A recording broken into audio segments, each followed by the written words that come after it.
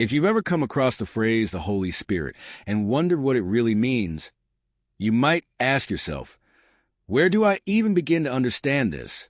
To get a full picture, you have to start right at the beginning, on the first page of the Bible. The Bible opens with a depiction of the world before creation. It describes a dark, chaotic, and formless place. But even in this state of disorder, something amazing is happening. God's Spirit is present, hovering over the chaos, ready to bring life, beauty, and order into existence. This sets the stage for understanding the role of God's Spirit throughout the Bible and in the world. What is God's Spirit? So, what exactly is God's Spirit? To put it simply, the Spirit is how the Bible talks about God's personal presence, God being actively involved in the world and in people's lives. In Hebrew, the word for spirit is Ruakh, but what does Ruakh mean? The word Ruakh can mean several different things in Hebrew, but they all share one common idea: energy. Let's break it down to understand better. Think about the invisible force that makes the wind blow, moving clouds across the sky and causing tree branches to sway. That force wind is one example of Ruakh. It's powerful and unseen, yet it clearly affects the world around us. Now take a deep breath, feel the air filling your lungs, giving you energy and life. This breath, this vitality, is also called Ruakh in Hebrew. In the Bible, Ruakh is used to describe God's Spirit because, like wind and breath, God's Spirit is invisible but powerful. It's a life-giving force that sustains all of creation. Just as breath keeps us alive, God's Spirit gives life to everything. The Spirit's work in the Bible. As we move through the Bible story, we see how God's Ruakh works in extraordinary ways. The Spirit empowers specific people to do incredible things for God's purposes. Let's look at some examples.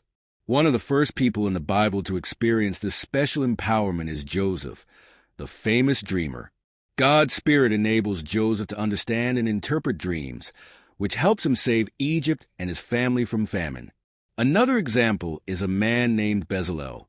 Bezalel is an artist, and God's Spirit gives him wisdom and creativity to design and craft beautiful objects for the tabernacle, a sacred place of worship. This shows that the Spirit doesn't just empower leaders or prophets, it also equips artists and craftsmen to create beauty that glorifies God. Then we come to the prophets, a group of people in the Bible who receive God's Spirit to see the world from His perspective. The prophets are given the ability to understand history and events from God's point of view. They don't just predict the future.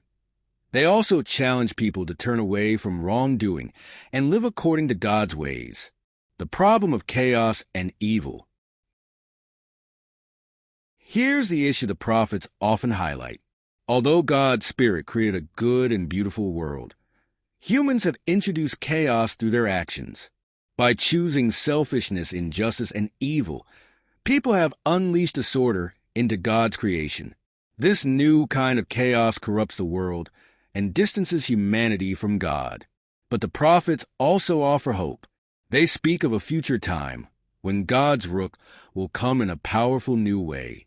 Just as the Spirit hovered over the chaotic waters in Genesis, bringing life and order, it will come again to transform human hearts. This transformation will enable people to truly love God and love others, breaking free from the cycle of injustice and evil. The Spirit and Jesus. Centuries later, this promise begins to unfold with the arrival of Jesus. At the start of his mission, Jesus is baptized in the Jordan River. In this significant moment, the heavens open, and God's Spirit descends on Jesus like a dove. This scene shows that God's Spirit is empowering Jesus to bring about a new creation, a restored world filled with life and love. Throughout Jesus' ministry, we see the Spirit at work.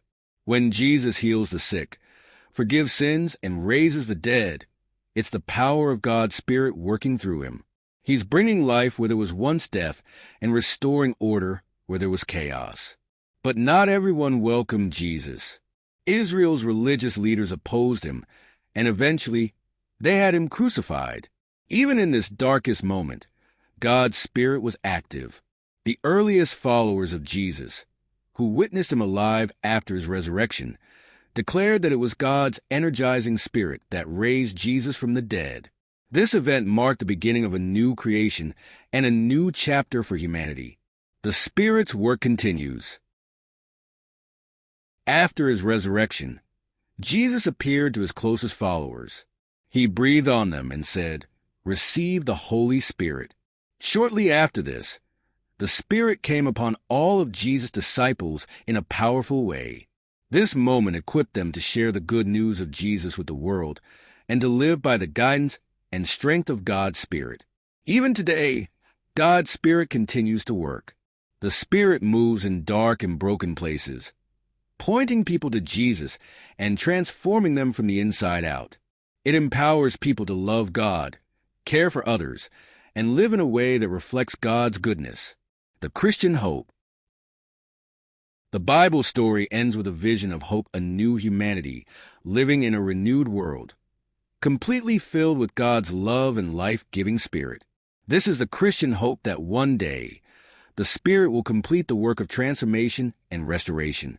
Until then, the Spirit is actively working, inviting people to be part of this incredible story.